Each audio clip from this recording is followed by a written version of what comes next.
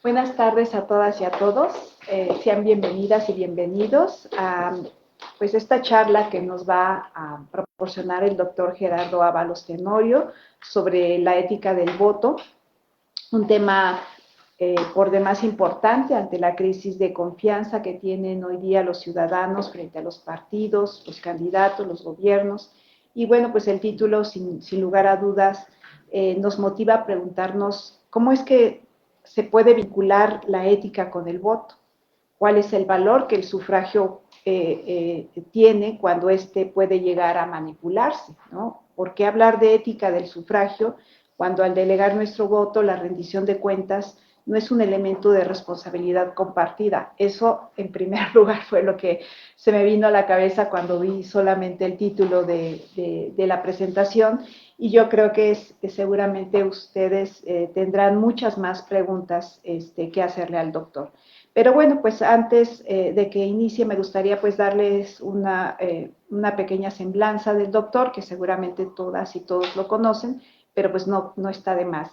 Es licenciado, maestro y doctor en Ciencia Política por la Universidad Nacional Autónoma de México, profesor, investigador titular C de tiempo completo de esta casa de estudios. Fungió como coordinador del doctorado en Ciencias Sociales de esta misma casa de estudios antes de que yo llegara, y al mismo tiempo pues es miembro del Sistema Nacional de Investigadores Nivel 2. Como verán, pues es un prolífico autor de libros como Leviatán, Vermont, Figura de la idea del Estado, El monarca, el ciudadano y el excluido hacia una crítica de lo político, La política del capital, Breve introducción al pensamiento de Hegel, entre muchos otros. Y al mismo tiempo, pues es autor de diversos ensayos, artículos de filosofía, teoría política publicadas en varias revistas y de diferentes libros colectivos. Entonces, es toda una personalidad, todo un conocedor de los temas de filosofía política, y bueno, pues no solamente nos encanta que nos compartas tu conocimiento, sino que al mismo tiempo pues hayas invitado a las y los estudiantes y por supuesto a la colega para poder pues integrar, compartir este conocimiento, y por supuesto también en las redes sociales también lo tenemos. Y pues te agradecemos mucho y adelante por favor. Muchísimas gracias, Laura. Pues sí,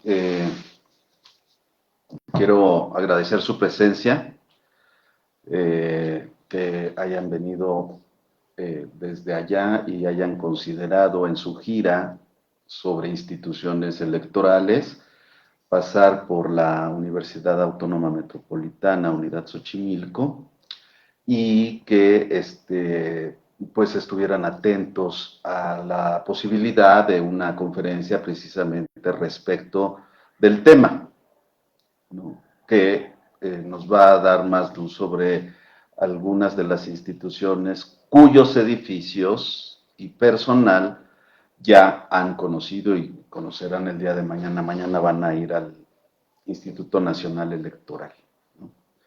Entonces, bueno, pues ese es como que el cascarón institucional, ¿sí? Porque ahí están los edificios, pero lo que hace a la institución no se ve a primera vista. Vemos personas, vemos edificios, vemos jerarquías, porque los roles sociales se distribuyen en función de las jerarquías y cada quien adopta de esas jerarquías lo correspondiente al puesto. Entonces se suele envanecer aquel que es nombrado jefe o director o consejero, porque va con el puesto, ¿sí? Es una forma en que la sociedad reconoce la función. Entonces lo que tenemos primero es que debemos abordar estas instituciones. Sí, es interesante conocer los edificios, pero lo que hace esas instituciones son las relaciones sociales que se entretejen en el fundamento de existencia de esas instituciones. Esto es lo primero así que salta a la vista cuando se le pregunta a la filosofía política qué piensa de las instituciones electorales o a las instituciones representativas o las instituciones judiciales. Son ahí edificios que concretan los 5 monopolios de los que se constituye el Estado. El Estado no lo podemos aprender o comprender de una sola vez de manera empírica. La expresión Estado es abstracta, pero se concreta en la existencia de la vida cotidiana en edificios con personas que desempeñan ciertas funciones. Por ejemplo, el ejército, la marina, la armada, pues, la aviación, las fuerzas armadas, ¿sí? Que en este sexenio han tenido una considerable importancia, incluso económica. Son en realidad un rasgo del Estado, pero no es todo el Estado. Ellas representan el monopolio de la violencia física legítima. Nadie más debe tener acceso legal a armas de grueso calibre, a armas de destrucción masiva, a aviación de guerra, ¿sí? A tanques. Nadie más debería de tener eso, porque la justificación de su existencia es que precisamente forman parte del Estado. Y el Estado, ustedes saben, el Estado no es una cosa mala, perversa, que oprime y que corrompe. En realidad el concepto de Estado y el propio Estado como proceso se inventó para que los seres humanos nos pusiéramos de acuerdo y conciliáramos nuestras diferencias, que son muchas, para formar una nueva comunidad política, basada en el concepto de ciudadanía, que es de estirpe antigua. Polite se decía en la Grecia clásica, en Atenas, ciudadano, ¿no?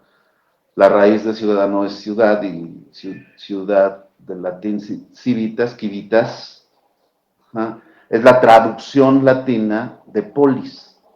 Entonces, en realidad, por raíz, polis y civitas son lo mismo.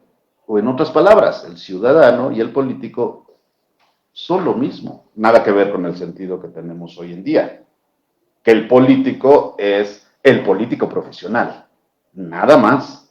Los demás somos sociedad civil. Pero las nociones van cambiando con el tiempo, pero es el instrumental con el que nos movemos los politólogos. Entonces conviene ir precisando algunos de estos términos en su origen. Entonces, bueno, la ciudadanía se universalizó en tiempos modernos y de lo que se trataba era justamente de garantizar que esa esfera de conciliación de intereses múltiples, diversos, variados, complejos, pudiera funcionar de manera adecuada. ¿Y cómo puede funcionar de manera adecuada? Ostentando 5 monopolios. Ya me refería al primero, el monopolio de la violencia física legítima. El clásico, el de Weber, ¿no? Pero es un rasgo. El otro rasgo es el del gobierno, el monopolio del gobernar. Nadie más puede gobernar. Solo la autoridad del Estado está facultada y tiene el permiso de gobernar.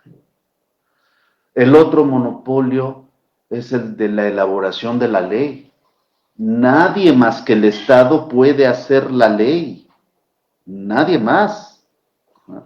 Si hay una entidad que quiere legislar más allá del Estado, inmediatamente se considera transgresora del Estado mismo y por lo tanto se pone en contra de la totalidad estatal que incluye a los ciudadanos.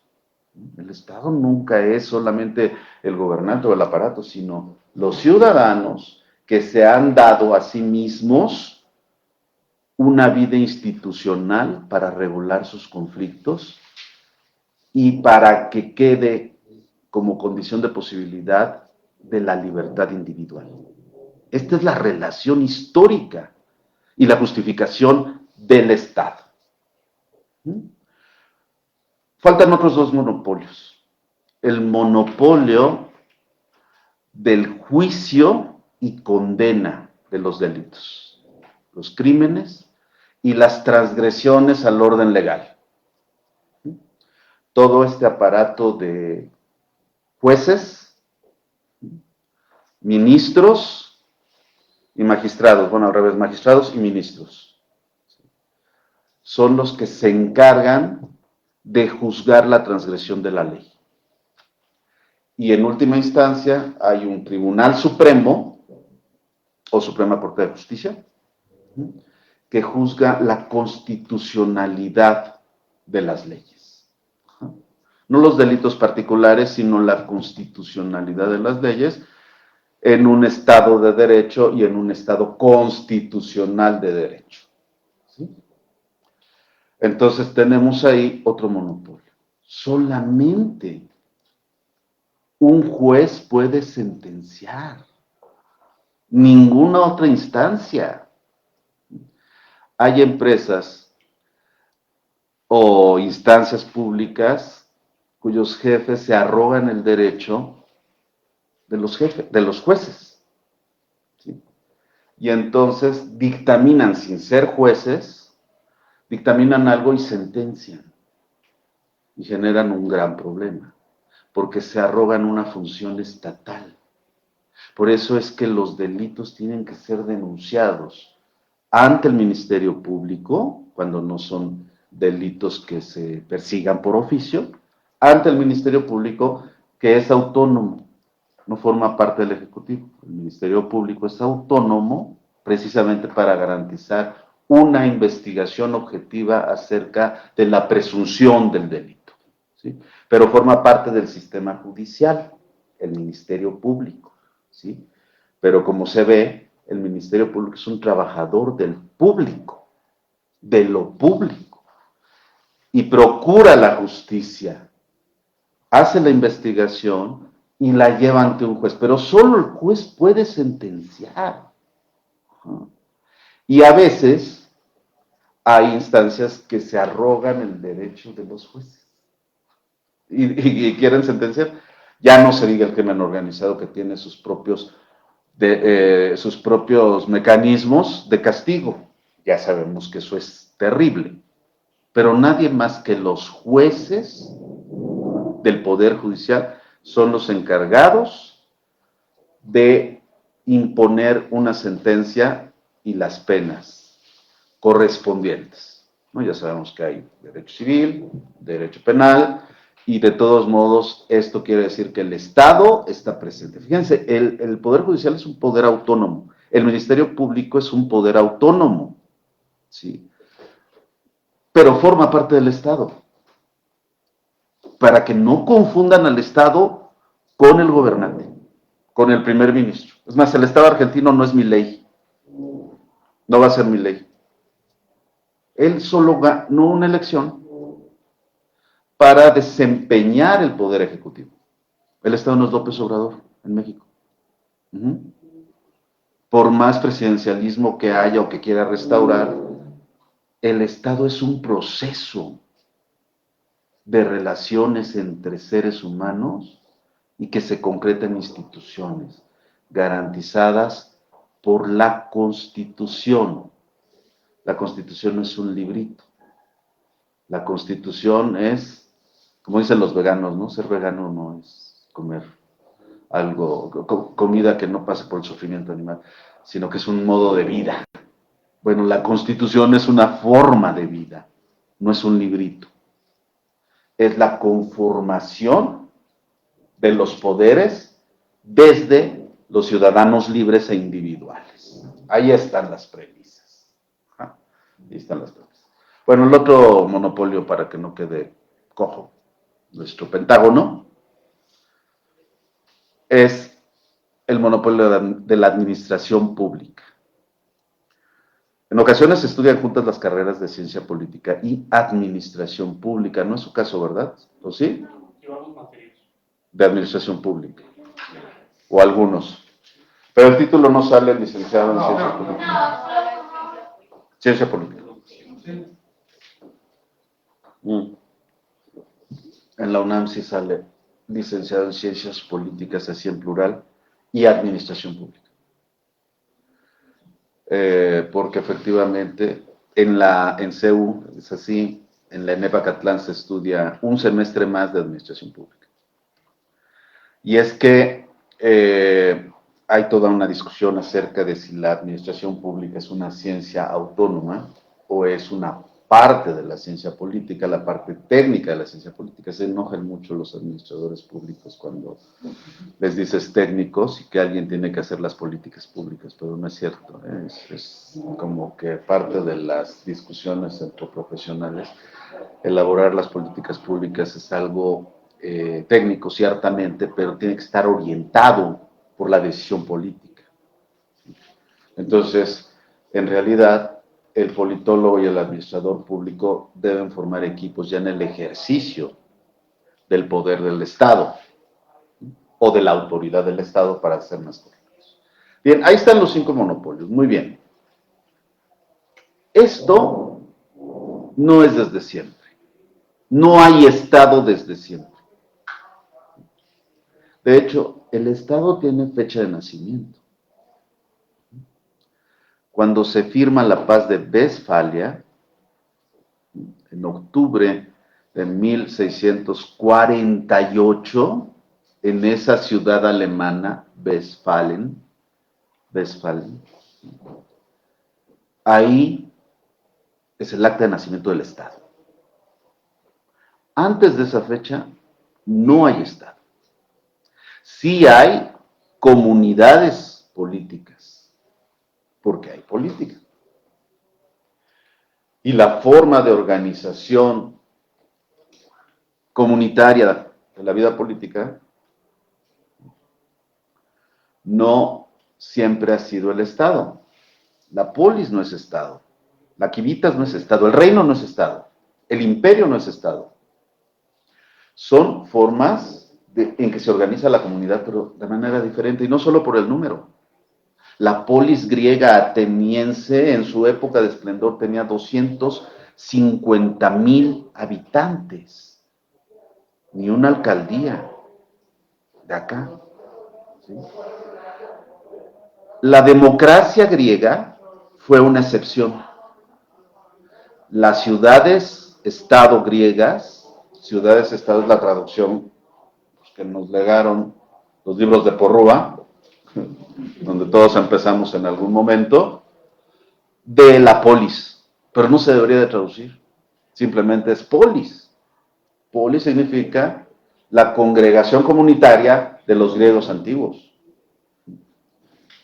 Y es muy interesante comparar la polis con el reino con el califato, por ejemplo, el mundo árabe fue muy importante, 8 siglos, y luego con el Estado, nación soberana, que es la organización política de nuestra época, pero es moderna, siglo XVII. ¿Cuándo escribe Leviatán Thomas Hobbes? Eso sí lo tienen que saber. 1651. Bueno, lo publica en 1651, ¿sí? Eso lo deben saber de memoria. Es decir, nacen al mismo tiempo el Estado como realidad y su teoría básica, que es la de Thomas Hobbes. Por eso es que leemos con fruición a Thomas Hobbes. ¿Sí? Nos impresiona Thomas Hobbes. Es el primer intento de explicar al Estado desde el punto de vista científico, porque Maquiavelo pues vivió los inicios de la ciencia renacentista y lo que él pensaba lo generalizó. Pero hizo una gran labor, como vamos a ver, Maquiavelo. Pero en realidad el fundador de la ciencia política siempre se dice que es Maquiavelo, ¿sí? O Tomás Moro, los más católicos, ¿no? Los más teológicos. ¿Ah? Pero desde el punto de vista de la ciencia política, indudablemente es Thomas Hobbes el que ensaya un método, el método científico aprendido por Descartes, desde Descartes, ¿no? Para el estudio de los humanos en relación. Y si bien Maquiavelo ya había dicho que los seres humanos siempre actuamos de la misma manera y que los seres humanos tendemos más al mal que al bien, esto era una observación empírica que le venía como de opinión, ¿no? Como cuando la tía solterona dice, todos los hombres son iguales, ¿sí? Todos son así, no creas en los hombres, no confías en los hombres. ¿Cuántos hombres habrá conocido la tía soltera? ¿No? 30, 40, 50, 100. Y 100 hombres malos, maltratadores y machos no hacen el universo de los hombres. El domingo fue el Día del Hombre y no recibí ni una felicitación. Mucho menos me llevaron a comer.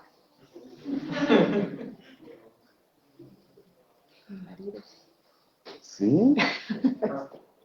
Qué bueno.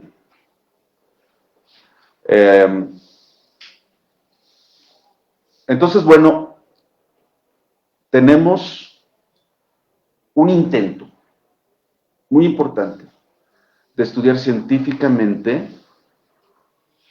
la unión de seres humanos. Y esto es algo nuevo, porque lo nuevo se ha inventado en el Renacimiento. ¿Cuál es lo nuevo? La visión científica del mundo.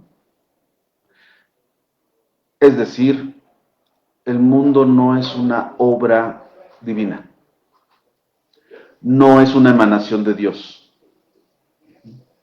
es un proceso natural, una gran ruptura, y se realizó en las ciudades italianas donde convivían banqueros, comerciantes, artistas, mecenas, artesanos, prestamistas, inventores. Y entonces tienen una concepción bastante escéptica de Dios, al que apartan de los asuntos humanos. Si Dios existe o no es una cuestión de fe, pero nada tiene que ver con la causalidad. ¡Bum! Causalidad. ¿Cuál es la causa de este efecto? ¿De dónde proviene este efecto? ¿Cuál es la red de causas que generan esta situación? Y entonces esto se vuelca en la visión artística del mundo. ¿Sí? Pueden hacer algo de la nada y crear una escultura, una pieza musical, una pintura con técnica. Porque la técnica me permite a mí dominar los elementos naturales. ¿Ah? Pero se necesita técnica. Y la técnica, pues efectivamente descansa sobre una visión científica del mundo. Ahí arranca la visión científica moderna del mundo. Resulta que, frente a los ojos renacentistas, los griegos clásicos son una estación necesaria, hay que conocerlos, pero han dicho muchas falsedades, muchas falacias en los ámbitos que han estudiado. Porque le han atribuido causas falsas a los efectos que conviene conocer. Entonces, pues, inicia la medicina experimental y eso, pues, genera mucho dolor para los enfermos y para los animales con los que se experimenta. Hasta la fecha hay experimentos precisamente sobre los medicamentos, pero qué maravilla los medicamentos. ¿Sí? Ya no es el tecito o la naranjita o el plátano, ¿no? Cuando te da un calambre, siempre te dicen, oye, come plátano, te hace falta potasio. Pues, ¿cuántos me tengo que comer para contrarrestar la tendencia a tener calambres? ¿No? O cuando tienes gripe, ay, juguito de naranja, pues primero me da gastritis, mejor me tomo un Redoxon, ¿sí? O sea, producto de la medicina, producto de la investigación científica, de la bioquímica, de la biología. Lo digo porque lamentablemente hoy empieza a tener fuerza los conocimientos tradicionales y los otros saberes. Incluso ya está en los libros de texto gratuito de la SEP esta entrada al otro, con los otros saberes igual de válidos que la ciencia.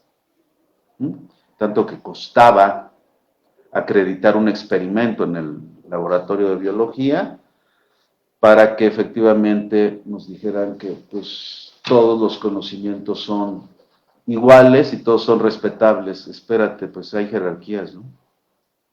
Y la verdad es que es demagogia decir que el tecito de hojas de guayaba cura la gripe, ¿no? De la misma manera y con la misma efectividad que el Tapsin, por ejemplo, ¿no? O el antibiótico, ya, sencillo, el antibiótico. Las vacunas.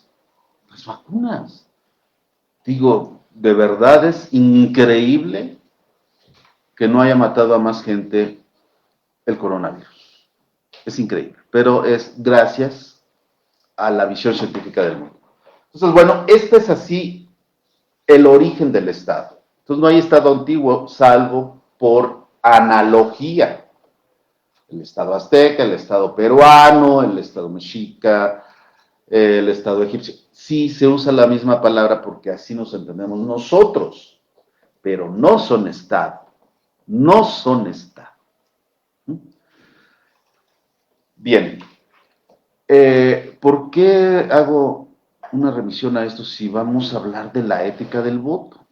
Se está abriendo la visión científica del mundo y hay una pretensión de estudiar científicamente la congregación humana, pero ha habido un invento más importante aún en el Renacimiento. Y sí, ahí empezamos a tejer con nuestro tema. El individuo, universal y abstracto. En Grecia clásica antigua hay hombres egregios y mujeres importantes, ¿sí? Pero no son individuos universales y abstractos. Es Aquiles, el de los pies ligeros. Es Héctor, el del rutilante casco.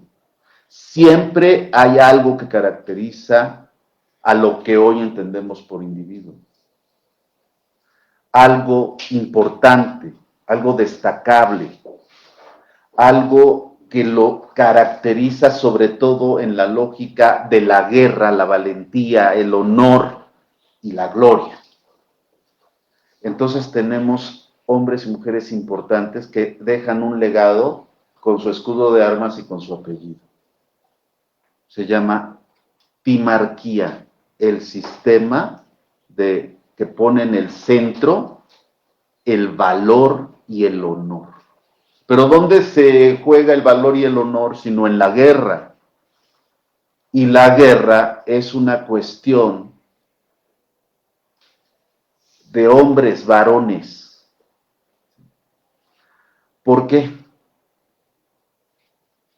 No es nada que ver con algo democrático o igualitario, simplemente funcional. En nuestra especie, no sé si hayan reparado en eso, ya les dieron clases de biopolítica, de Foucault, y no, bueno, luego les van a dar. Pero son las bases biológicas de las leyes sociales, ¿sí? Y esas bases biológicas nos dicen que en nuestra especie el macho es más grande y más fuerte que la hembra. La hembra es más pequeña, pesa menos y es más fina. Se han visto que hay hombres feos que tienen hijas guapas aunque se parecen a ellos. ¿Sí? Sí, o sea, igualita al papá, pero en bonita. Ajá. Porque es más fina la mujer. Y el hombre, pues no tiene mucha utilidad reproductiva, digamos. Sí. El hombre bueno, ahí ya depende. hay quienes duran 5 minutos, ¿no? Me han contado, duró 2 horas. Y ya. Y la mujer dura 9 meses con otro de la especie en su seno para generar y reproducir la vida. Y eso, háganle como quieran, pero eso es base biológica de nuestra especie. Base biológica de la antropología, del antropos, que somos nosotros. Entonces, el hombre, si lo matan, no pasa nada para la reproducción de la comunidad. Sí, qué lástima, murió un héroe más. Pero si matan a una mujer, matan justamente la posibilidad de seguir reproduciendo la vida.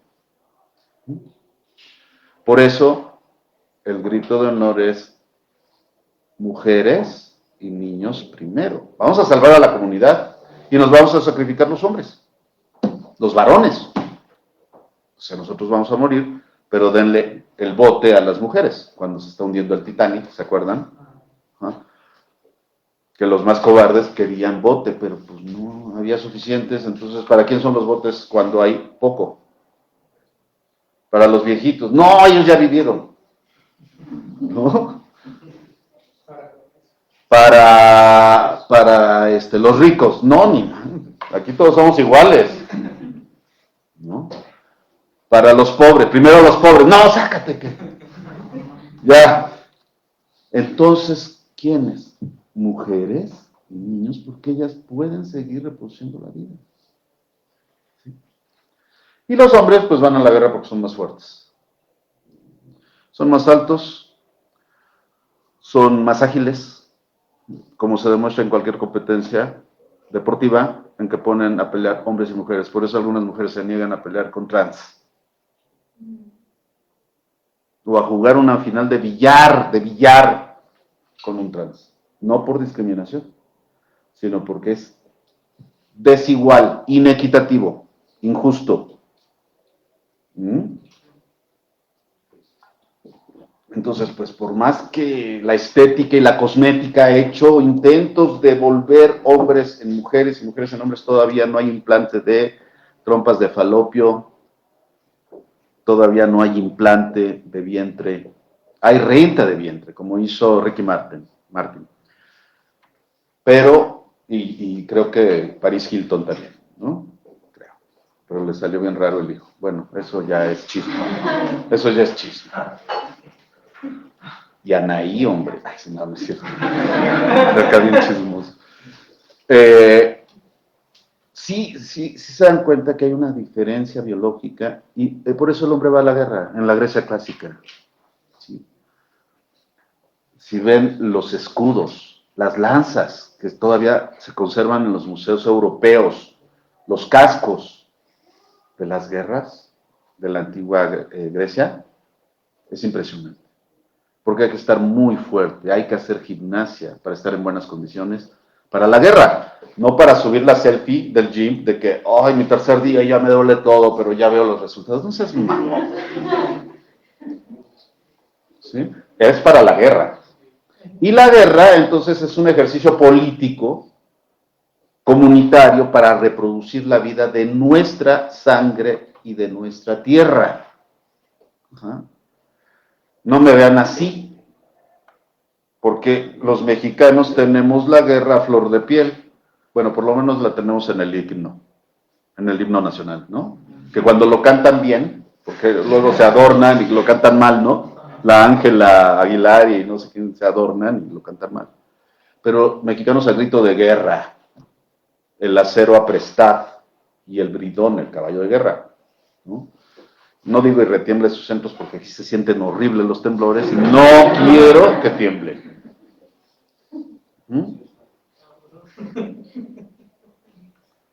En serio, es muy feo. El del 17 me agarró aquí en la oficina, presidente, no sabe. Yo pensé que ya quedaba aquí el futuro de la ciencia política. Entonces, Este país se hizo a base de guerras. ¿Cómo le hacemos? Si lo traemos en nuestra estirpe comunitaria. Como nación no somos pacíficos. La guerra de independencia. ¿Aquí empezó? Empezó en Haití, en realidad, por la influencia de la Revolución Francesa. Y luego México, sede de un gran imperio precolombino, pero luego la emancipación fue una guerra de 10 años, de 11. La guerra de Reforma, lo que le costó a Juárez separar la iglesia del Estado y no terminó. Todavía hay gente que inscribe a sus hijos en los colegios de monjas y curas porque piensa que ahí le van a dar educación moral. Y ya vemos que tienen una mácula muy grande los eclesiásticos de Roma, ¿sí? Y precisamente en los colegios. Yo no confiaría a mi hijo a un colegio de esos. Pero, indudablemente, hay gente que tiene fe. Y todavía el 12 de diciembre, que ya está próximo, todavía se llena la Basílica de Guadalupe. Y se expresa la fe del pueblo mexicano de distintas maneras. Y toda la República Mexicana está llena de fiestas patronales todo el año. Lo que habla de un pueblo que pues, tiene mucha fe. Y que digamos que la revolución juarista fue incompleta. Pero es que es importante porque ahí propiamente tenemos una constitución secular, la del 57, que sirvió de base para la constitución de 1917, que todavía nos rige hasta la fecha. Todavía no ha habido un congreso constituyente que refunde la constitución. Entonces todavía nos rige la de 1917. Y entonces ayer mismo celebramos la Revolución Mexicana. Otra vez las armas, otra vez 10 años, otra vez 1,5 millones de muertos. Entonces vivimos en un país que tuvo que luchar, nuestros ancestros, nuestros antepasados, tuvieron que luchar con las armas en la mano y a veces sin las armas, porque nunca hemos tenido armas de primer nivel desde el punto de vista tecnológico. Y así fue como hicimos esta nación. Bueno, hicieron nuestros antepasados. Nosotros ya no, ¿no? Nosotros nada más nos decimos magistrade y ya con eso hicimos la revolución. O sea, pensamos que deformando el idioma se cambian las realidades. Eso es falso. Se cambian como se originó el Estado. ¿Por qué el Estado se constituyó como un ente neutral? No de clase, neutral, donde los seres humanos pudieran llegar a acuerdos. Porque está antecedido de 30 años de guerra religiosa en Europa. Porque la gente sí muere y mata por la religión, por la fe, por las ideologías. Muere y mata, no le importa. Se congregan en grupos y luchan unos a otros. El origen del Estado es la guerra religiosa europea en el siglo XVII. ¿Sí? De 1600, la guerra de los 30 años, de 1618 a 1648. Protestantes contra católicos. Para colmo, hubo epidemia de peste bubónica y crisis en la producción de granos. Esos son los europeos que lucharon por sobrevivir por encima de todo. Lo digo especialmente porque también es una moda criticar al eurocentrismo como algo perverso que no nos hace comprender bien los procesos. Espérate, no. Europa, esa pequeña parte del mundo, ha tenido luchas heroicas para fundar algo que a nosotros nos ha beneficiado. ¿Sí? Se llama ciudadanía universal, se llaman derechos humanos. Acá no había derechos humanos. Nada. Se llama democracia. Aquí no había democracia. Bueno, todavía no. Y se llama Estado Constitucional de Derecho. Eso es un legado europeo. Y ¿por qué lo entendemos? ¿Por qué todos entendimos estas palabras? Porque hablamos un idioma europeo y estamos en una institución europea, ¿sí? Porque Europa se desplazó y universalizó su propia cultura y sus propias conquistas civilizatorias. Y una de esas conquistas civilizatorias es que no importa tu origen, no importa que hayas nacido pobre, amarillo, blanco, negro, no importa que seas mujer, indio o lo que sea, tienes derechos vitales, garantías individuales y tienes derecho a participar en la vida política. Bueno, eso no fue fácil. Estados Unidos era muy moderno y resulta que hasta 1968 se sacrificó Martin Luther King para que los negros tuvieran derechos ciudadanos, derechos civiles. Entonces estamos hablando de luchas, confrontaciones, guerras. Cuando decimos entonces voto, ya decimos una larga historia de lucha por la igualdad y la libertad. Son legados europeos. Porque aún hoy los orientales, los chinos, todavía son ajenos a la idea de la libre individualidad. Libre individualidad. El derecho a pensar como tú quieras y a expresarlo de manera libre. Bueno, ya se nos está recortando esos derechos. Si expreso algo políticamente incorrecto, resulta que empiezo a ser cancelado, funado, y en una de esas hasta me madrean aquí. Porque existe lo políticamente correcto y entonces todos se convierten en jueces, ¿no? Alrededor de que ya no importa el juez, yo te hago justicia por mi propia mano. Y nadie dice nada por el miedo a ser funado. Entonces, bueno, vamos a pensar que de todos modos esto es un eclipse de la razón nada más, que va a pasar, porque es muy importante el legado que Europa le dio al mundo. Y de hecho, bueno, hablamos un idioma europeo, medio mal, pero lo hablamos. Es que lo hablamos con faltas, ¿no?, de ortografía. No pronunciamos la fe como usted debe, todos le ponemos S. Entonces, por eso es un poco más difícil la ortografía. El voto. Claro, podemos hablar del voto manipulado. No necesariamente donde hay voto, hay elecciones libres. ¿De acuerdo? No necesariamente el voto representa racionalidad individual y libertad en el ejercicio de la participación en la comunidad ciudadana. Puede haber compra o condicionamiento del voto. Me sacas una foto para ver que votaste, para que sigas en el padrón. Porque si no te sacamos, y si te sacamos del padrón, ya no vas a poder tener vivienda, ya no vas a poder tener tu puesto en el tianguis, ya no vas a poder tener un taxi, estar en la ruta, ya no vas a poder tener el apoyo, el recurso.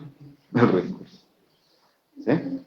Eso sucede en algunos países. Aquí ustedes saben que no existe. Nunca existió. Entonces el asunto del voto, de la ética del voto, pues parece más fácil de lo que es, en realidad. ¿Por qué? Porque ya dijimos que el derecho al sufragio, el derecho al voto un hombre un voto primero. Y luego una mujer un voto, porque tampoco fue automático, ¿eh? Fue una lucha encarnizada de las mujeres por tener derecho a ser ciudadanas. Porque los revolucionarios, tanto franceses como ingleses, dijeron, no es necesario que ustedes voten. ¿Mm? Con que vote su marido, ya ustedes están representadas. ¿Sí? Y entonces, Olympe de Gouges, en Francia, dijo, no, nosotros, las mujeres, somos la mitad de la población, o más. ¿Sí? Y entonces debemos participar también con derecho a voto en la comunidad política. En la Revolución Francesa, ¿eh? ¿Y qué le costó a Olympe de Gouges? La guillotina, por revoltosa. Entonces estamos en el nacimiento de la institucionalización del mundo, política del mundo moderno, pero no se ha hecho nada sin confrontación. Hasta que finalmente las mujeres adquirieron el derecho del voto. En México, muy tardíamente. Primero fue en Wyoming, en Estados Unidos, y luego en Europa, y luego ya se generalizó en Estados Unidos, pero a principios del siglo XX. Entonces esto de individuo universal abstracto, hay que ponerle comillas, porque eso se concretó hasta el siglo XX, ¿sí? Para que vean, el voto, el valor del voto. Entonces resulta que si el voto es una virtud histórica, y esa es una primera conclusión, que ha costado sangre, sudor y lágrimas, y ha costado un sinfín de luchas para conseguirlo. Que el donadie, el snob, el que no tiene título nobiliario, es el snob. ¿Ah? El que no es nadie tenga derecho a participar en la vida política. Y ese es justamente el significado del voto ciudadano para elegir representantes. ¿Sí? Para elegir representantes. Hay otros votos. El Tribunal Superior de Justicia de la Nación vota. Es otro tipo de voto. Porque el tribunal, fíjense, ¿a quién representa? Vivimos en un sistema representativo. Ustedes saben, es una democracia liberal, representativa y federal. Entonces, representativo ya empieza a tener ahí una discusión, porque no es democracia directa, pues es la única democracia que nos puede resolver el tema de la solución y las decisiones deliberadas previamente. No hay de otra. No hay otra manera. Imagínense poner de acuerdo a 127 millones de mexicanos. Bueno, 98 millones que son los de mayores de 18 años. Pónganse de acuerdo si ni siquiera en una fiesta se ponen de acuerdo.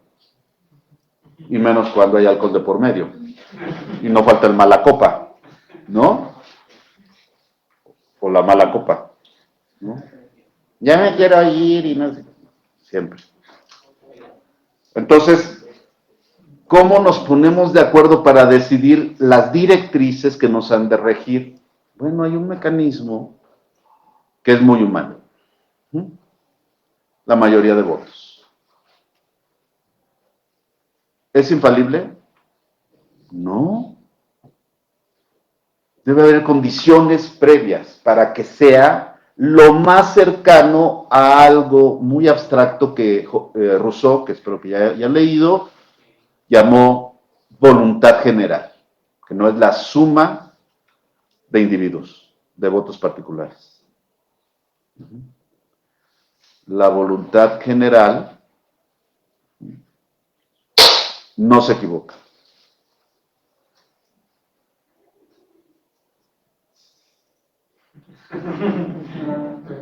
Sí. Se le cayó una pulsera, no crean que fue otra cosa. El celular suena, ¿no? Peculiar cuando se cae. Entonces, cuando decimos ética del voto, parece que nada más la clase va a consistir en decir, oigan, sean éticos al ejercer el voto. Vámonos a comer, ¿no? ¿O ya comieron? ¿Ya comieron? Es que como que le está dando el mal del puerco. Bueno, sí, ¿no? Parece, ética del voto es así como que, oigan, piensen su voto. No dejen comprarse el voto, ¿no? Ni participen en la compra del voto, ni todo esto. Pero en realidad el tema es mucho más complicado, como ven ustedes, ¿sí? Porque cuando decimos ética, resulta que no decimos moral cristiana. ¿Ah? ¿Qué decimos cuando decimos ética? Sean buenos, hagan el bien, pues es que espérate, tenemos muchos sistemas de moralidad que tienen su idea del bien y no son necesariamente compatibles. Hay veces que en la pareja el hombre es ateo y la mujer es católica. O la mujer es judía y el hombre es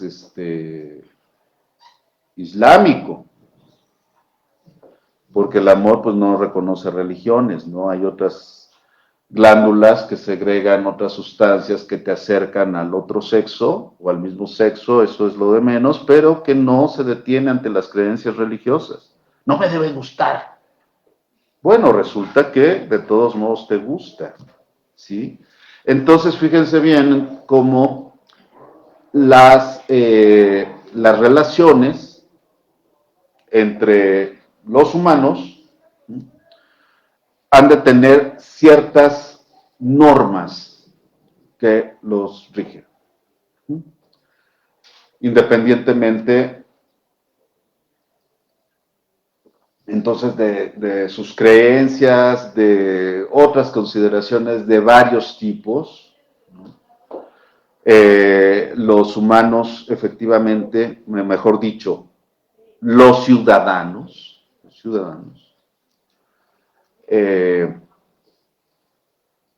han de tener consideraciones racionales para participar en la vida política y poder delinear las directrices que los han de regir en su vida en común.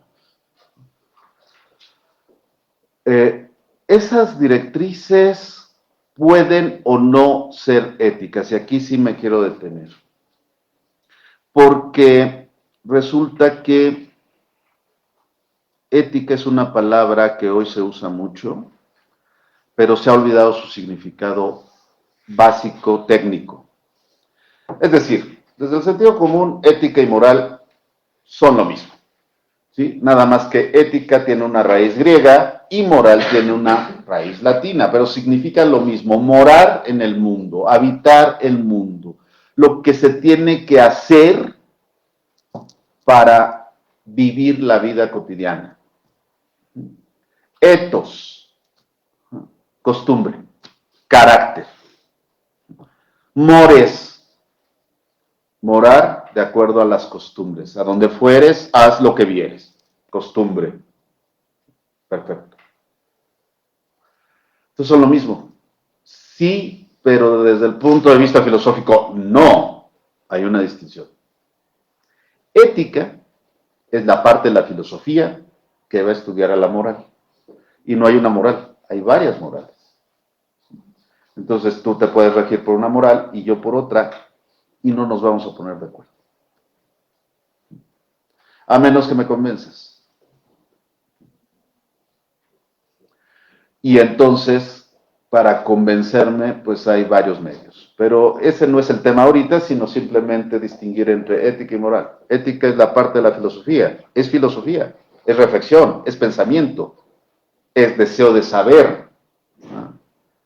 Y moral es un código de conducta. Cuando yo digo, haz esto, haz aquello y evita esto otro, estoy hablando en códigos morales.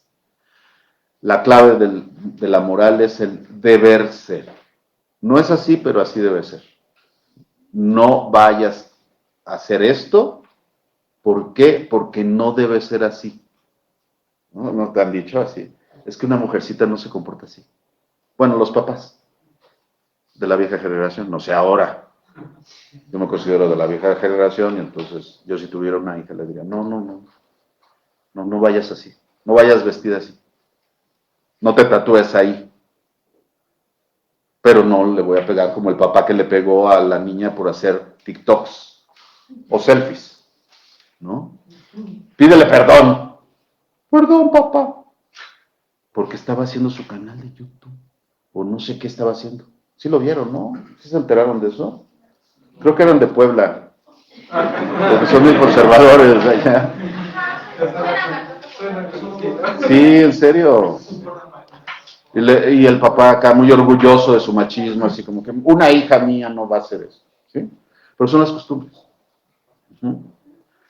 Entonces resulta que la ética tiene una primera parte donde hace un diagnóstico psicológico de por qué los seres humanos no se comportan como deben comportarse.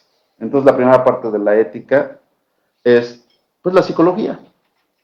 Y eso está en Platón y sobre todo está en Aristóteles. Porque nos dicen, es que saben que los seres humanos no necesitarían códigos morales si fuera por naturaleza el buen comportamiento volcado hacia el otro. Pero resulta que los seres humanos seguimos siendo animales y entonces tenemos instintos y además tenemos pasiones, como le dicen los clásicos, Spinoza y Hobbes especialmente, y además tenemos pulsiones, como le dijo Freud. Es decir, todavía, y no hay manera de corregir eso, tenemos impulsos naturales que nos llevan a comportamientos, digamos, patológicos. Por supuesto que bajo el influjo del alcohol y las drogas, esos comportamientos salen con mayor facilidad, ¿sí? Y entonces se refrena el super yo, se refrena el deber ser, el super yo es la instancia moral, psíquica del deber ser. Si violas ese deber ser, probablemente no cometes un delito, pero sí cometes una falta moral y viene el remordimiento de conciencia, porque no estás actuando de acuerdo a las costumbres de tu pueblo. ¿Sí?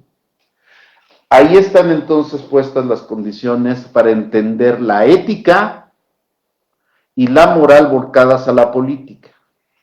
Todo estaría bien si tuviéramos una formación moral homogénea y ejerciéramos el voto de acuerdo al juicio universal y abstracto que nos invita Kant para ser racionales.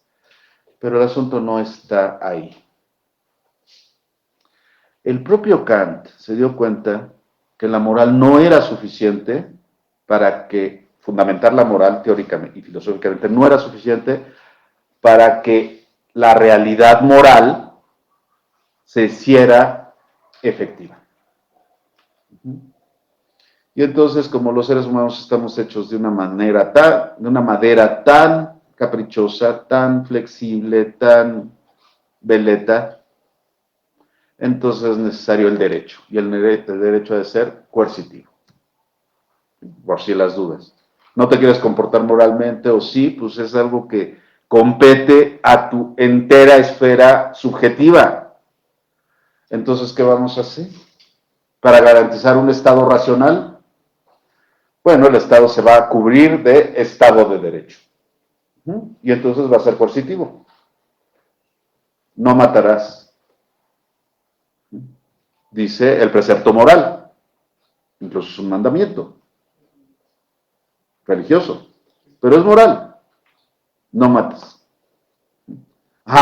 Viene el derecho y dice, si matas te vas al bote. Entonces mejor no mates. Ahí está la diferencia. El imperativo moral es categórico, el imperativo jurídico es hipotético. Sí, entonces. Si robas, te vas al bote. Y ahora que hay cámaras por todos lados, pues es muy fácil comprobar. Bueno, ahí está entonces los límites de la ética para con el voto. ¿Y esto de dónde viene? Viene de Maquiavelo. Maquiavelo separó la moral cristiana de la política. Y la política la convirtió en un arte de gobierno. Entre seres humanos que son, pues de lo peor, ¿eh? Para Maquiavelo, que es un pesimista antropológico, el hombre siempre está hecho de la misma manera. Es voluble, mentiroso, tiende a engañar y además algo que sí nos caracteriza, tiende a obtener un beneficio propio de tu utilización. Eso es lo. Y con estos es con los que hay que hacer la ciudadanía y es lo que hay que hacer el Estado. No con ángeles, tampoco con demonios, pero sí con personas que tienen intereses. Intereses que vienen de la biología, porque el hambre viene de nuestro organismo, ¿ah? Y entonces lo primero que hay que garantizar es la vida. Primera obligación del Estado, garantizar la vida. Si no te garantiza la vida, pues entonces el Estado comienza a flaquear en su significado profundo. ¿Qué más garantiza el Estado? La propiedad. Porque la propiedad es resultado del trabajo. Y entonces, primero, que puedas ejercer el trabajo y la profesión que más desees, donde te sientas mejor. Y esa es una garantía. Y además que puedas disfrutar los frutos de tu trabajo. Disfrutar los frutos. Disfrutar los resultados de tu trabajo. El Estado es la forma de convivencia que garantiza la vida, la libertad, la propiedad y el ejercicio de la voluntad individual, expresado de 1000 maneras. Si esto no acontece, entonces el Estado está fallando. Bien, estas son las condiciones entonces para que el ciudadano acuda a su voto y participe éticamente cuando la ética ha devenido jurídica. Y entonces el juicio moral acerca de la política queda en la esfera de la conciencia. ¿Sí? Es un juicio de conciencia. Ahí está la moral. En política, lo que priman en la política moderna son intereses contrapuestos, fuerzas contrapuestas. Y en esa competencia sí hay una moral, porque se trata del fair play. Es mentira que se gana por la buena o por la mala. Se gana en buena lid la competencia y esa es la moral de la competencia. Incluso de la competencia capitalista que es despiadada. ¿Sí? Pero incluso en la guerra rige un protocolo para que la guerra sea humana, que obviamente Israel no está respetando en lo absoluto con los bombardeos a escuelas, clínicas y hospitales de Gaza, obviamente en este momento. Pero ya lo sabíamos. Ya sabíamos que así actúa Israel desde su origen, desde 1948, ¿sí? Desde que se originó. Bueno, pero ahí está. Quien se mete en política, yo diría, quien se mete a estudiar política, tiene que tender a la objetividad, al realismo, y algo que yo he llamado el maquiavelismo metodológico. Es decir, tomar en cuenta que los seres humanos no tienen remedio moral, no van a cambiar. No van a cambiar, por más que les digas. Pueden alterar alguna conducta a través de la educación esta. Algo. Pero lo que los forma es el Estado. ¿Qué quiere decir? Las costumbres que imperan en este Estado. Y si este Estado es corrupto, lo es, entonces el ciudadano va a ser corrupto. En todo y todos los días, a todas horas. Basta que observen su entorno. Todas las violaciones por corrupción al buen orden colectivo. Les dicen, ponte casco, ¿no? En la moto, ponte casco. Y no puedes andar en el carril de alta velocidad cuando tienes una moto pinchurrienta de 13,000 pesos. Y ahí van, en el carril de alta sin casco. No tienes la basura en la calle, tiran la basura en la calle. No pongas botes para apartar el lugar, botes para apartar.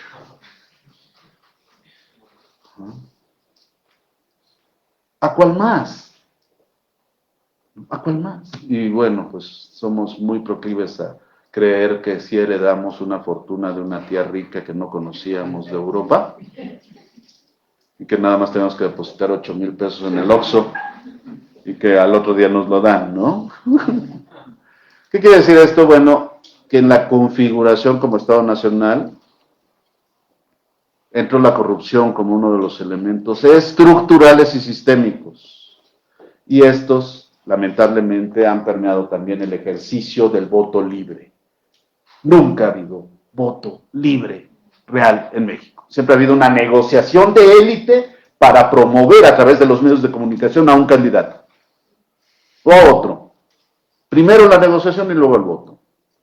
Entonces, la ética y la moral ciudadana están todavía, lamentablemente, alejadas de nuestra vida social en México.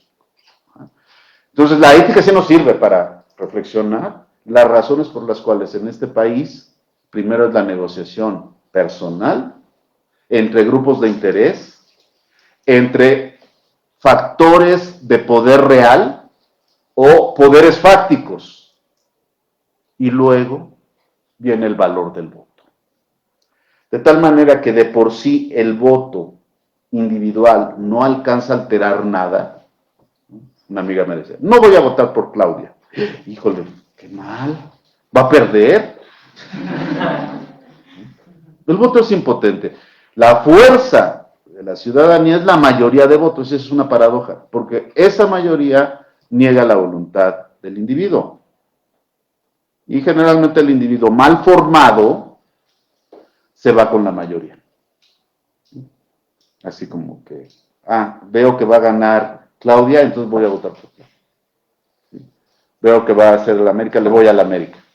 No, Dios me libre, no, nunca, jamás. Entonces, bueno, cuando hacemos esta reflexión, yo los invito a que, distinguiendo ética y moral, atemperen la influencia moral de la política, porque en la política la moral tiene un papel muy diminuto, muy marginal, ¿sí? Y sin embargo, la reflexión ética es lo que nos sigue manteniendo humanos para reivindicar derechos que tenemos como parte de esta civilización y para seguir luchando por ellos. Muchas gracias.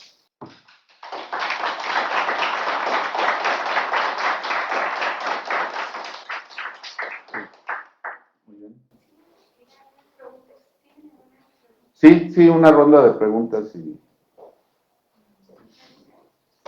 Sí, adelante.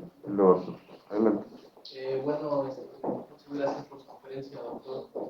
Usted mencionaba que pues, en el ser humano es casi irremediable ciertos impulsos, ciertas actitudes, ¿no? Y hablando de esto, pues uno de ellos es la violencia.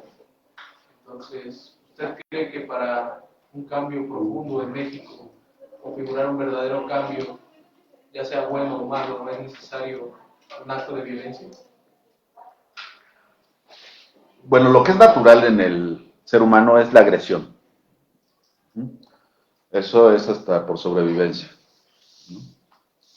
Una escena muy, muy terrible de un jovencito que había sido, había sufrido bullying por uno de sus compañeros, especialmente por todos los compañeros, ¿no? Pero especialmente por uno, y de repente se arma de valor y reacciona agresivamente contra el buleador, pero saca una navaja, ¿no?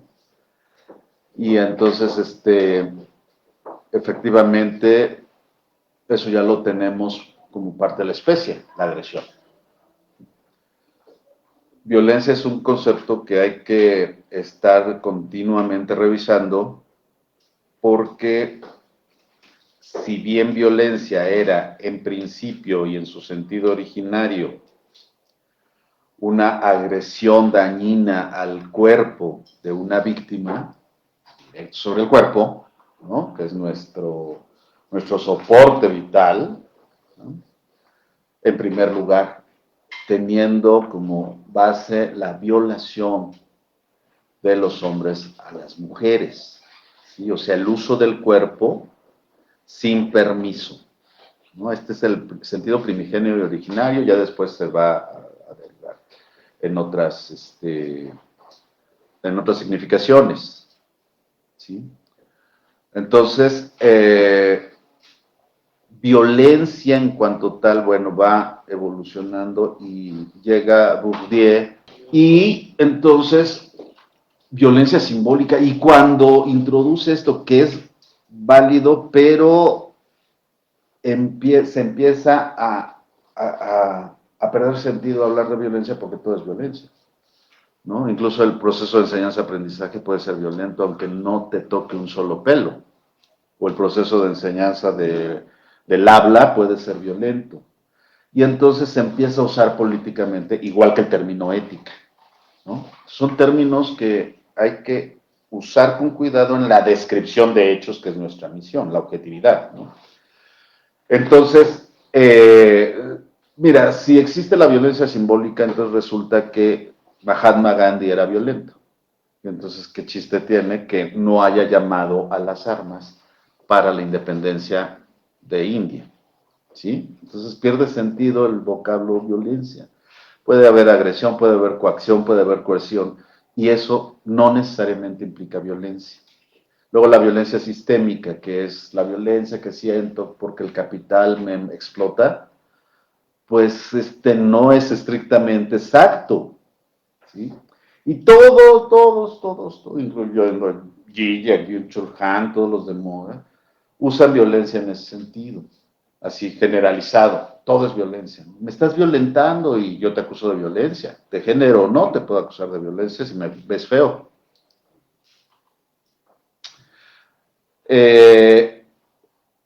La revolución armada, porque eso es a lo que te referías, para hacer un cambio verdadero, pues mira, yo no veo posibilidad alguna, porque las armas dependen de la ciencia y la tecnología, ¿no?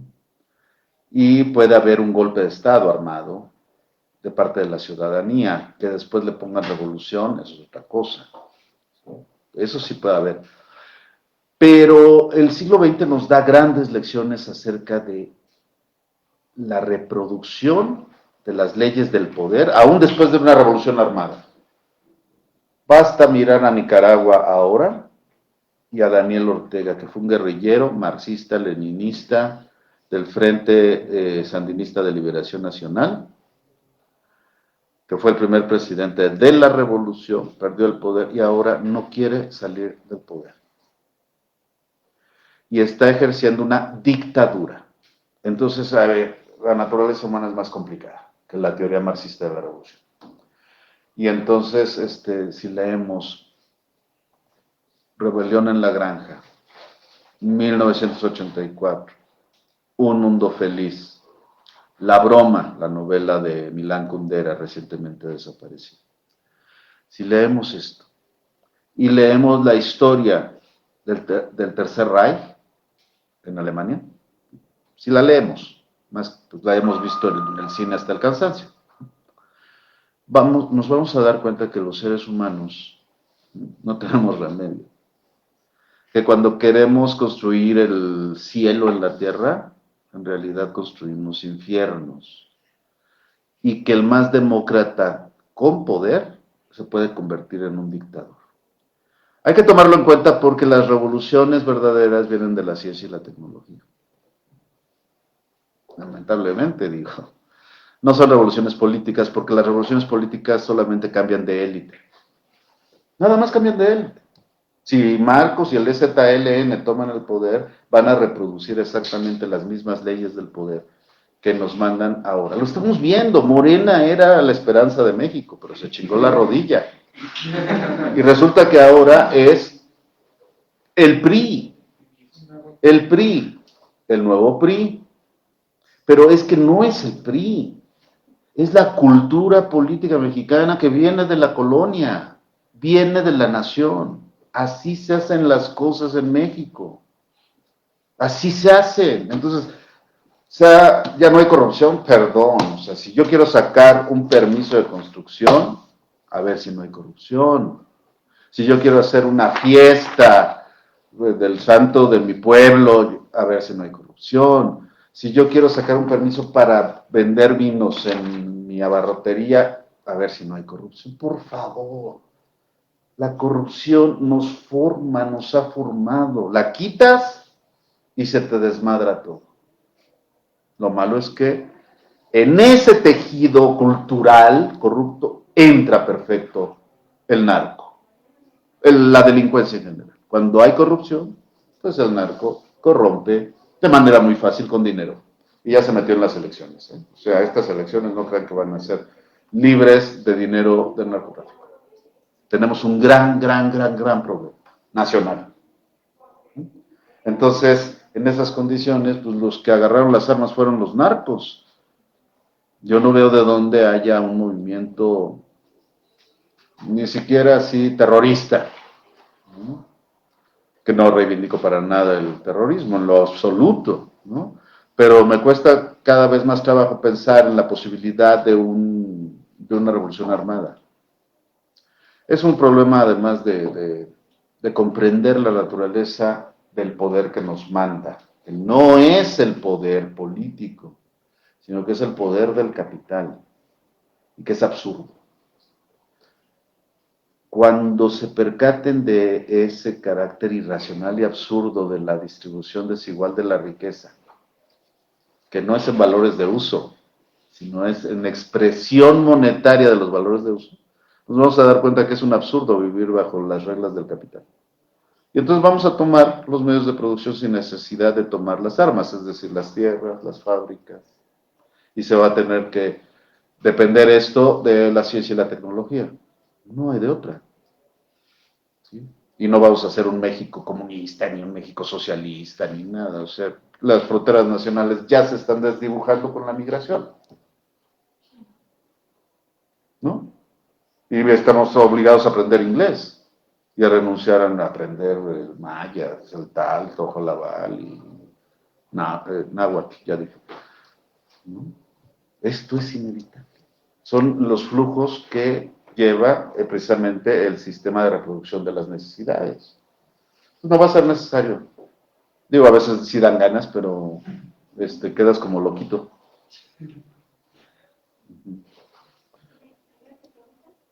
En este caso, hace un rato usted nos comentaba, lo voy a decir con mis propias palabras, que teníamos que estar agradecidos con Europa por, digamos, porque ahora somos lo que somos gracias a ellos, ¿no? Lo voy a decir con mis propias palabras. Pero algunos escritores, como Jesús Esquivel, también tachaban de alguna forma a Europa, decir que los latinos minimizamos mucho nuestra cultura, ¿no? Y tardó, digamos, casi toda su vida estudiando la identidad cultural latinoamericana. Entonces, si nos ponemos en el centro y ponemos la ética, entonces, ¿dónde quedaría, digamos, su punto de vista? O sea, ¿dónde les quedaría? ¿Con quedarnos en estar agradecidos aún así con Europa porque somos lo que somos gracias a ellos? ¿O meteríamos la identidad cultural que nos falta? Lo que pasa es que no son excluyentes. No somos europeos. ¿Sí? Pero, ¿cuál es la esencia del ser humano para hablar de filosofía, para hablar de ética? ¿Cuál es la esencia del ser humano? Que esta es una pregunta metafísica y además no está de moda hablar de la esencia del humano. Los griegos por eso son buenos aliados. ¿Cuál es? ¿Su color de piel? ¿Sus características físicas, su estatura? No. Juárez era un indígena zapoteco. Su fenotipo, no, su estatura, no lo dejaba ponerse como europeo. Pero él se vestía como europeo. Y lo más importante, logos. Lo que nos define es el logos. Cuando se muere el cerebro, se muere el ser humano. Y entonces, eso es lo que efectivamente, el logos, es lo que nos abre el mundo y lo que nos liga con los demás. Porque finalmente, ¿qué es logos? Logos es unidad de pensamiento, ¿no? O sea, conceptualización y lenguaje. Lenguaje, no idioma, ¿eh? Lenguaje. El lenguaje es abstracto. No hay lenguaje de género. Hay idiomas que no es necesario deformar para ser incluyentes. Nosotros ya tenemos que hacer las. ¿Sí? Cuando en español, pues sí, es patriarcal el español y dice los y ya se incluyeron a las mujeres. Entonces, ¿qué tenemos como propio de los mexicanos? Una identidad, pero cuidado, porque el indigenismo se ha usado como ideología de dominación. Tú identifícate con los derrotados y así te dejas dominar mejor. No reivindiques lo que, como si fueras europeo, güey, pinche indio, no, eres europeo. No, es un insulto para nosotros. Si nos dicen indio, nos dicen así, nos recuerdan lo peor. O la chingada, nos recuerdan a la Malinche. Pero es lo peor que te pueden decir. Hasta hay cremas para blanquearse que tienen una alta venta en México. Igual que los tintes de colores. Bueno, ahora creo que ya son morados, ¿no? Pero no aceptamos una identidad nacional específica. Y Vasconcelos se le ocurrió decirlo y es funado hasta la fecha, ¿no? Se acaba de presentar un libro de Christopher Duverger, Duverger, que se llama algo de Hernán. Es una historia novelada. Es francés, Duverger, pero trabaja en el Colegio de México. El Colegio de México es muy prestigioso. No sé si alguien quiere hacer el doctorado ahí. Pero tiene la visión europea, española de la historia de México. ¿Sí? Es decir, esto de que se lo debemos, que yo no lo dije así, pero entiendo que sea con tus palabras. Me preocupa, pero no dije. Estamos agradecidos con los europeos. No, digamos que yo lo que quiero decir es que somos europeos en el exilio, porque hablamos español, aunque tengamos cara de artesanía indígena. Es que no importa eso. Y en cuestión de identidad, ¿por qué apenarnos de nuestros rasgos? ¿Por qué las buchonas luego se operan la nariz? Porque la tienen ancha. Y se quieren europeizar, ¿no? No nos aceptamos. Eso es muy dramático. Es el laberinto de la soledad. ¿Sí? Nos sentimos acomplejados. Los argentinos no. Los argentinos están muy contentos. Con su Milei están muy contentos. Ellos no tienen ningún problema. Nosotros sí. Por el mestizaje. ¿Sí? Entonces nos pesa nuestra identidad. Y eso yo creo que hay que darle la vuelta. Asumiendo primero que el indigenismo fue una ideología de dominación, pero no desconociendo, obviamente, nuestra raíz indígena, porque lo tenemos en el cuerpo, pero en el logos no lo tenemos. Bueno, tenemos muchas palabras y muchas formas de ser heredadas, pero sobre todo de la lectura española de la conquista, que no es lo mismo. No sabemos bien a bien cómo era, cómo pensaba, cómo sentía el pueblo mexica. Para hablar del centro imperial, obviamente hay un montón, 72 etnias, creo. ¿Eh?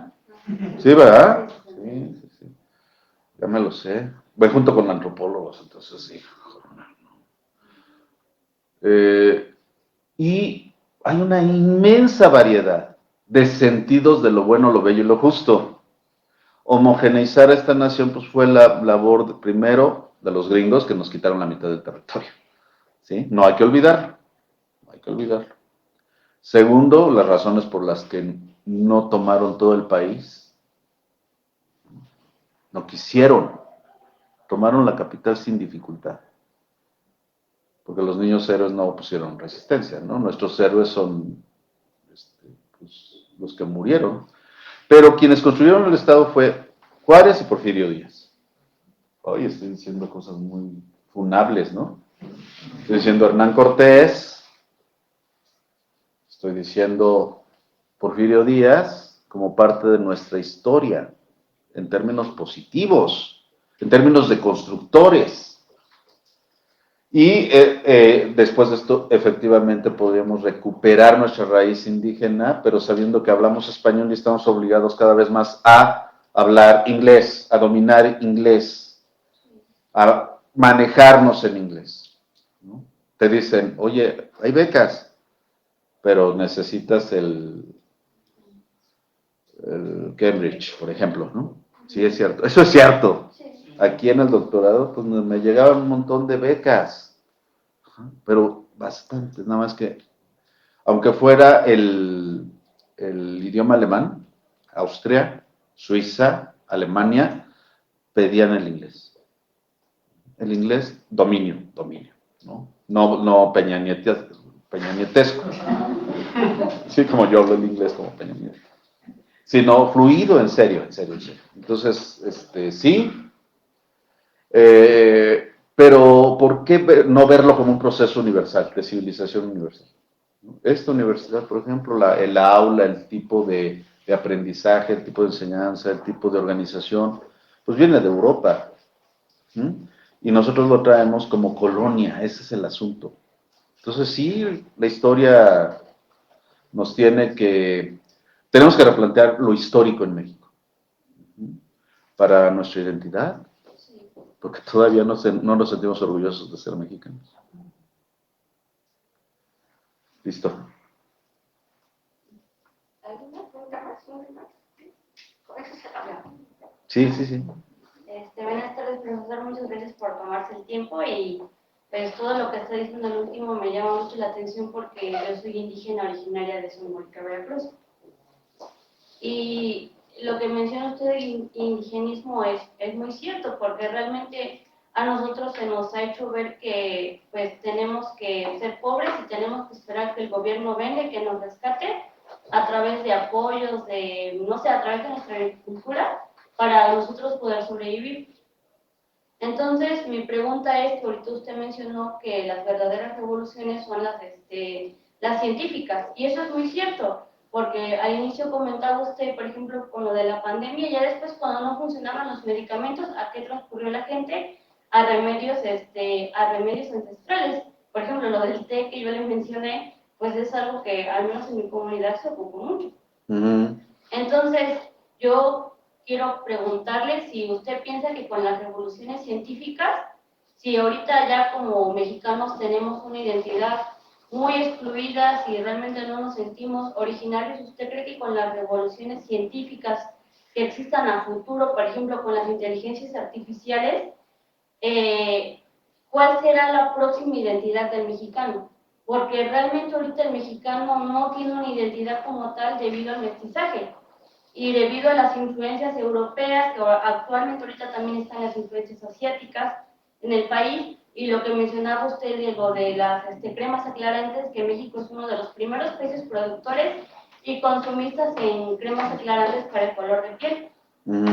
Entonces, me quiero enfocar mucho como en la inteligencia artificial. ¿Usted qué cree que sea la identidad del mexicano quizás en un periodo dentro de 5 años a partir de las nuevas inteligencias artificiales y las nuevas revoluciones científicas? Sí, hay que desmitificar el asunto de la inteligencia artificial, porque siempre hay que ver la red de relaciones humanas, ¿no?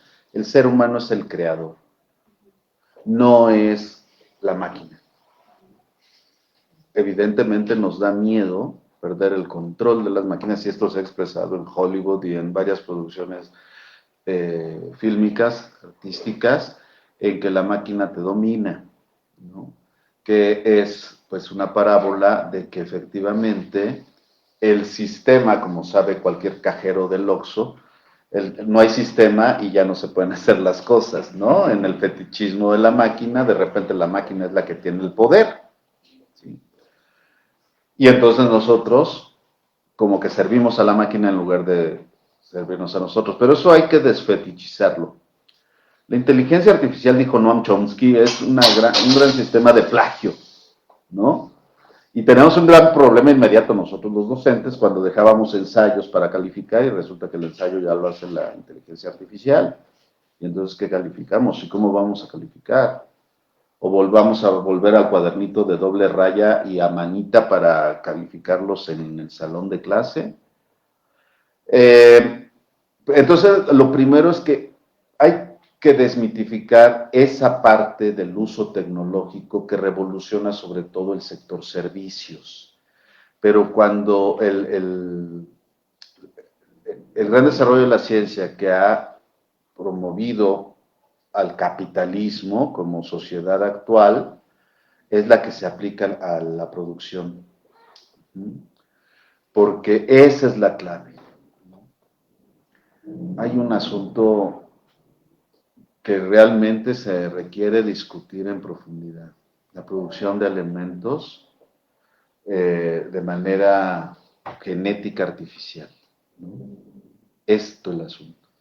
Es que en este momento la mitad de la población mundial es pobre. Y parte del indicador de pobreza es que no tienen los alimentos necesarios para mantener una buena condición de salud. De hecho, hubo más muertos que el promedio en México, que el promedio de acuerdo a la población, ¿sí? Más, no fue por Gatell, como le quieren echar la culpa al pobre Gatell, no fue por los cubrebocas, fue por la mala alimentación. Todos lo sabemos, porque a la alimentación antojito mexicano se sumó la alimentación, comida chatarra de los gringos, ¿sí? Las hamburguesas, las pizzas, las alitas, todo eso, ¿no?, repercute en una mala alimentación, teniendo buenas frutas y buenas verduras y buenos alimentos producidos en México, y buen pescado, por ejemplo, etcétera, etcétera, etcétera.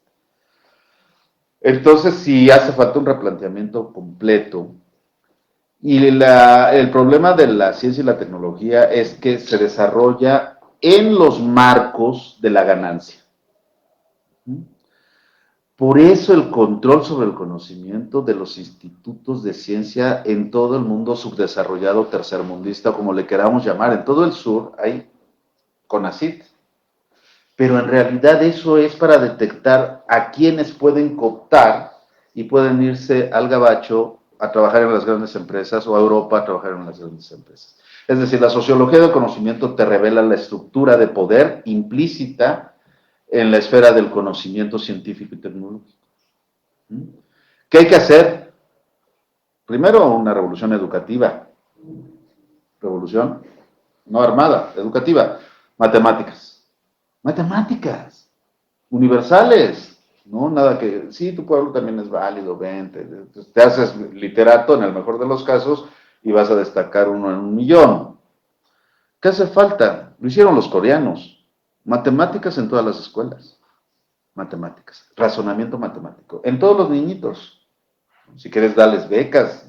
Hazle como sea, pero el contenido que sea matemáticas. Que no lo ponga el amigo de la primera dama.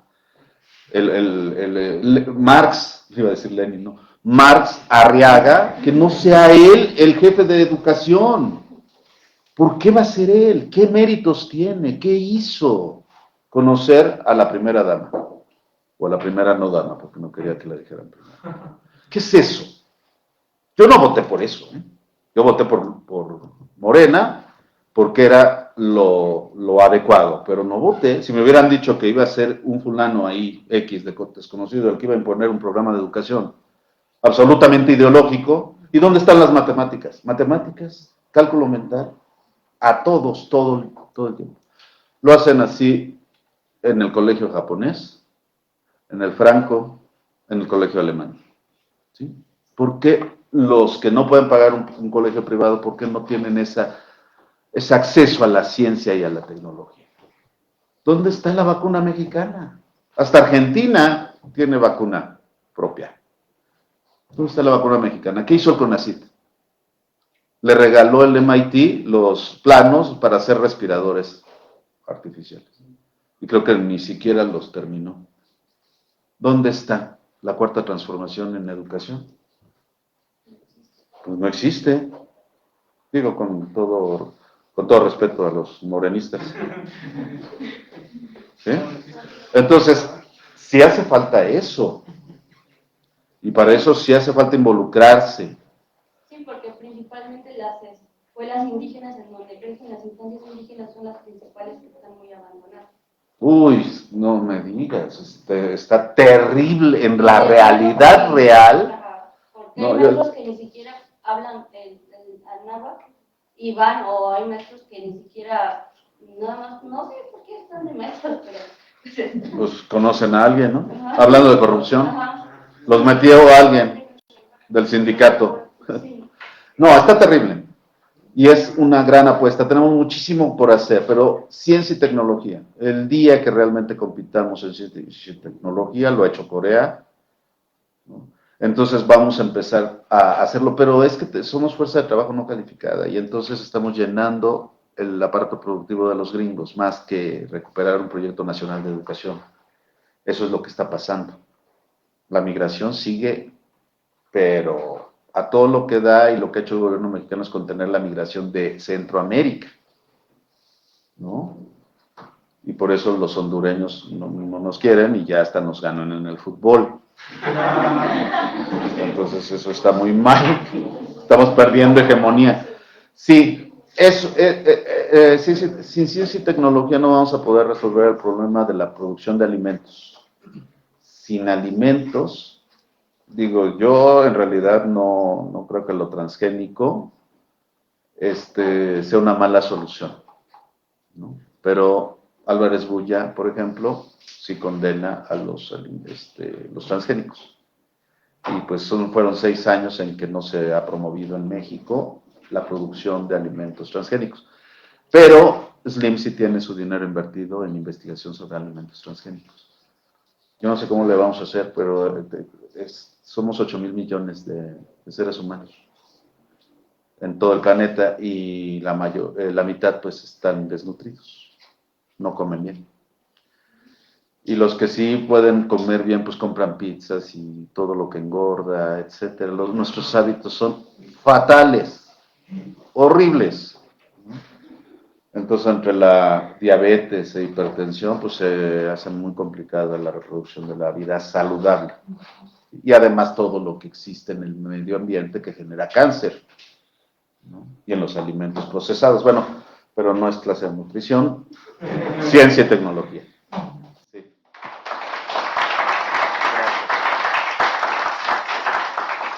Muchas gracias.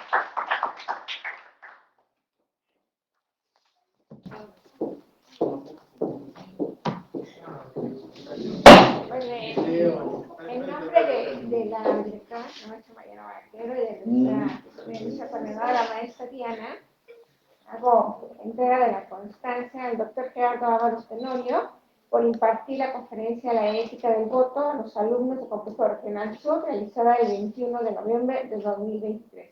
Piensa bien para vivir mejor, de Bocampón, el 21 de noviembre, firma la directora de la UAR, la doctora Mariana Vaquero. Muchas gracias.